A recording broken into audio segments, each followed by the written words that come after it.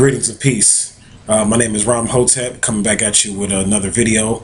I'm doing this video on a very interesting topic, very quickly. Won't be too long. I'm going to do a video on the two matrices. And that's right, the two matrices. A lot of people, we use this term, the matrix, very loosely. We talk about being trapped in the matrix, and we look at the matrix as basically like a computer program that is implanted into the minds of the people to make people basically be programmed to operate and to carry on in a certain kind of way. But there's two matrices. There's two matrices. And those of us that are into the occult, we very much know that there is two matrices. You have the matrix of the illusionary world, which is the matrix that most of you know about. The Matrix that they kind of sort of spoke about in the Matrix movie. And then you have the second Matrix, which is the original Matrix, which is the real Matrix, which is the Earth Matrix. The Earth Matrix. Now, when you research the term Matrix, if you look it up, it basically means mother. Matrix means mother. So when you start dealing with the Matrix, you're dealing with the feminine principle, or the mothering principle, or the nurturing principle. Now, let me go ahead and break down the first matrix and exactly how that operates. Now, the first matrix is the original matrix, and this is the matrix of the planet. This is the planetary grid. Those of you that don't know, the planet has chakras. It has certain points on the planet, what we call chakras, where more energy is housed at. Basically, a chakra is an energy center. So you have chakras on the planet, and on these different parts of the planet, this is where abundance of energy is located, on these different chakras of the planet. And these chakras extend out and create basically like longitude and latitude lines, which you know them as. And these longitude and latitude lines are basically form the matrix, or the Earth grid, based on these latitude and longitude lines. So you start talking about the matrix, you're dealing with energy. The first matrix, you're dealing with the energy that's available in various different parts of the planet, because the Earth has energy. Now, there's different types of energy. I mean, you have Kundalini, you have Chi, Shin, and all of that different stuff. But at the end of the day, the Earth has all of these different types of energy readily available to it. So the first matrix can be understood basically from understanding and studying the ancients. Now, the ancients, they built certain structures. They built certain monuments in certain geographical locations on the planet. And some of these structures that they built could not have been built in other parts of the planet. So when the ancients built structures on different parts of the planet, these structures were built to balance out the Earth matrix and to channel in energy from celestial forces and bring this energy down onto the planet Earth. So this is why these different structures were built, like the pyramids of Giza, the mounds, the pyramids of South America. All these different pyramids and structures and mounds were built based on the Earth matrix. So this is the original matrix, and the ancients knew how to tap into this Earth matrix to actually travel through the Earth, and they found portals in the Earth based on the Earth matrix, like the Bermuda Triangle, or what they call the Devil's Triangle. You have all these different points and portals on the Earth or whatever, and you can tap into these points and portals on the Earth, and you can go to various higher versions of the Earth, because the Earth has higher versions of it. Like, we're on the third dimensional Earth, but there's a fourth dimensional Earth, a fifth dimensional Earth. So you got different Earths. And you got an Earth that still has the Atlanteans reigning. You have an Earth that still has the Egyptians reigning. So you have different versions of the Earth, and all this ties into the Earth matrix when you learn how to tap into the different energy grids, which I said is based on the longitude and latitude lines. And this is how you tap into this energy. Now, when you go to certain pyramids and you visit certain ancient structures, there's things that you can do in those geographical locations that you can't do in other locations. Like, say for instance, you go to Tibet and meditate. If you go to Tibet and meditate, you're going to experience things in Tibet when you're meditating there, things that you would have never have experienced if you were, say, in Oklahoma. So just things, certain things you just can't do because the earth has different portals and energy centers and energy locations that are located on the earth, and it's based on the earth matrix. All of this is based on the earth matrix, or what's called the planetary matrix. And that's why the matrix is basically called the mother, because we talk about Mother Earth. So this is where they got the original matrix from. So when you start talking about the artificial matrix, basically what they did with the artificial matrix was this: they patterned the artificial matrix after the original matrix. So for instance, one aspect of the artificial matrix is time. Now we know time basically measures space, distance. Time measures space and distance. So when you look at like the latitude lines and the longitude lines, these are the original pockets of time.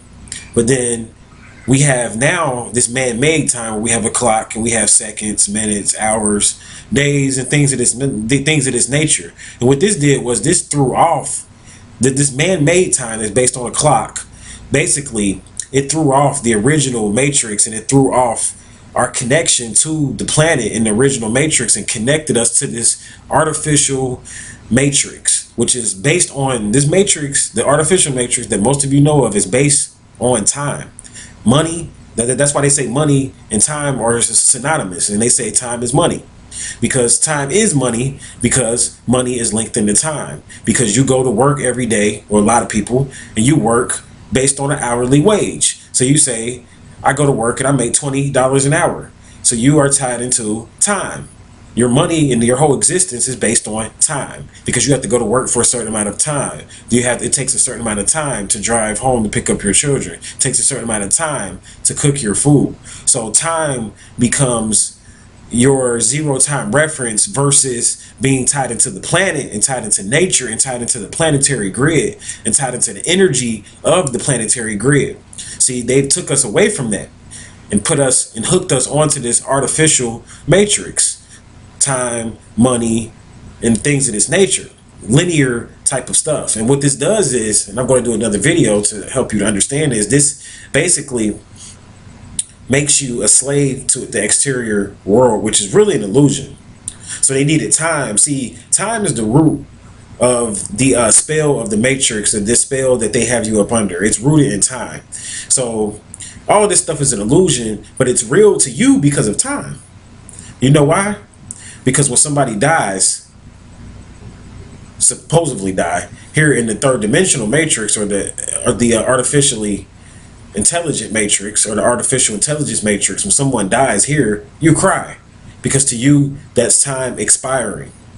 That's time expiring. So to you, you're watching time. When somebody dies, then to you that's enforces the spell that time is real because this person died. Whereas if you were dealing with the fourth dimensional matrix or the planetary matrix, you would know that that person didn't die. That person didn't die. And if you know anything about quantum physics and things of that nature, you'll know that time is everything that's happening, is like past, present, and future is always happening, like all the time. So all of this is an illusion. And this may be hard for people to understand because, again, you're looking at the exterior world. You're looking at the exterior world and you're trapped into the artificial matrix. But time is very much an illusion. And they enforce the spell of the matrix based on, again, I can't say it enough, time. So the way to break out of that is to tap into the original matrix, which is the planetary matrix. And the planetary matrix is governed by the planets.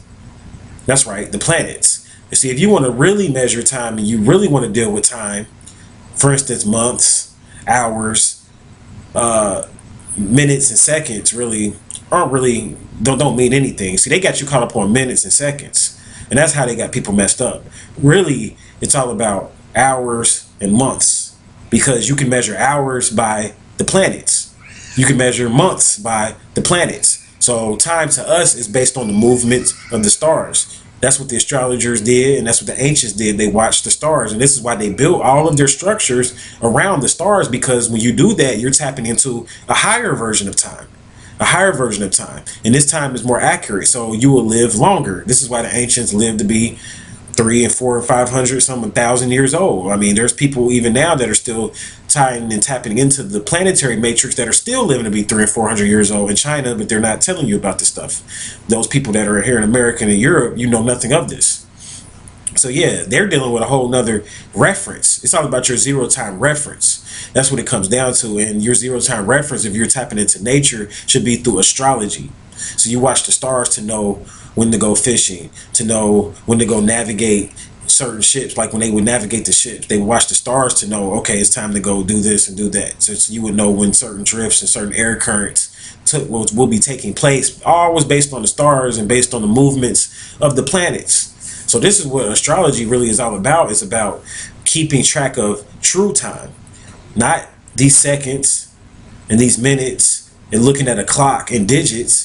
That's keeping you locked into the artificial matrix. See, when you get into the planetary matrix, you don't have to go work on the hour for food by the hour, because you will learn how to basically plant your crops based on time. You see, you can plant based on the planets and time, real time. So when you plant seeds based on the moon at being at a certain point, and the moon is your measuring rod or your measuring stick to know when harvest is going to come, and all of these different things is tied into the moon. You see, so we don't know about nature anymore because we are caught up in the illusionary matrix, and we're caught up in artificial time. And what's going to happen is that those of you that stay connected to this third dimensional artificial matrix, you will be turned into a robot. And I'm going to start doing videos on this really soon. But you will be turned into a robot. I'm not going to spill the beans on exactly what I'll be talking about on these new videos about robots. But I will say this. If you look at the way computers operate, they operate off of artificial time. Artificial systems of keeping time.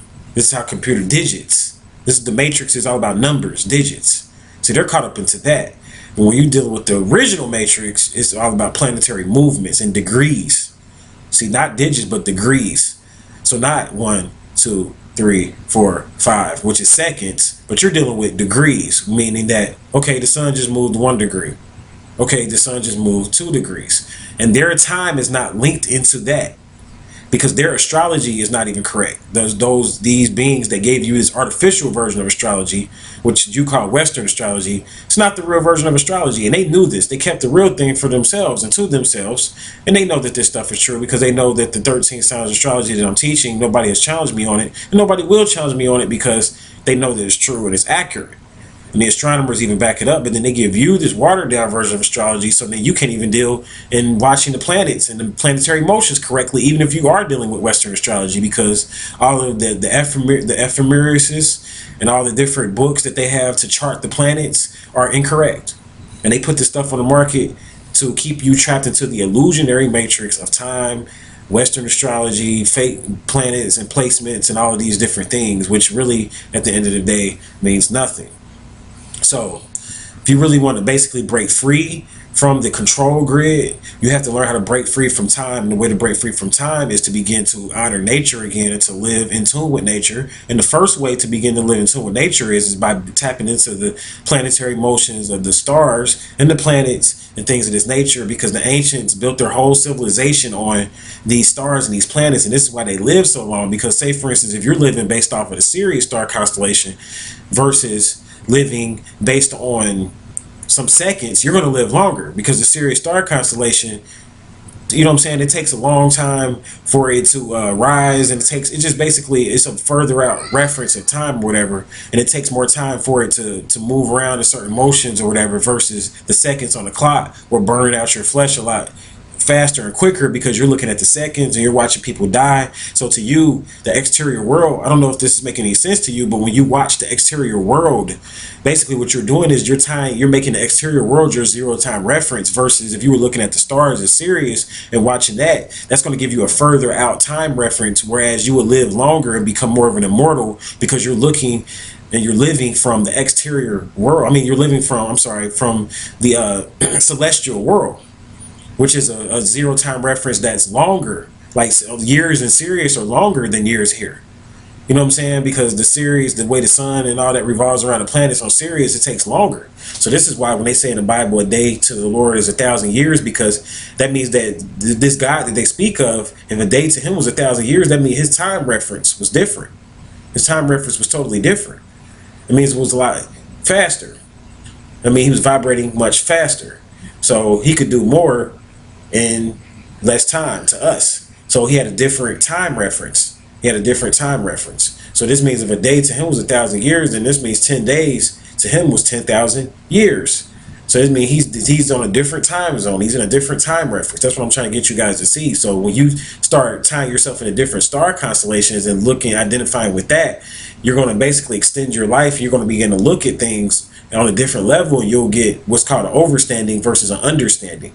And this is what you must achieve if you want to break free from the control grid of this planetary matrix. I'm sorry, this artificial matrix, because all of this is artificial time. The seconds, this is why they adjust the time so much. Like here in the matrix, they adjust the time so much because, like, if you notice, one year the clocks go back on this date, then the next year they push it back further, and the clocks keep going back on different dates because they're trying to line up time with nature. They're out of time with nature. They're out of sync with nature. Excuse me. They're out of sync with nature. So to understand and to break free from the control of the matrix, you have to break free from the control of their false illusionary time, which is seconds and minutes, and begin to look at the planets, the moon for your months. You see, you got to begin to look at the moon for your months. Begin to look at the sun and its traveling on a daily basis for your hours. See, hours is based on when you look up the term hours, it goes back to the term Horus, like horoscope. You see, you don't understand minutes and hours and things like that because you don't understand the degrees and how the constellations move on the horizon based on the horoscope. You see, because when you look at that, time is different. Time is different. I think it's like for every degree that the horoscope moves, when you deal with the astrological chart, every degree is equal to like 4 minutes.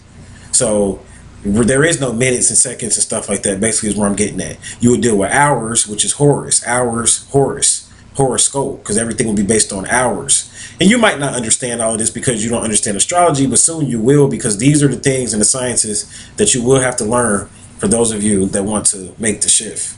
You have to get in tune with nature, get in tune with the planets, get in tune with the stars, get in tune with the Earth matrix, being in certain locations, in certain spots, and knowing where to be, so that when the new energy hits the planet, you'll be in the right location.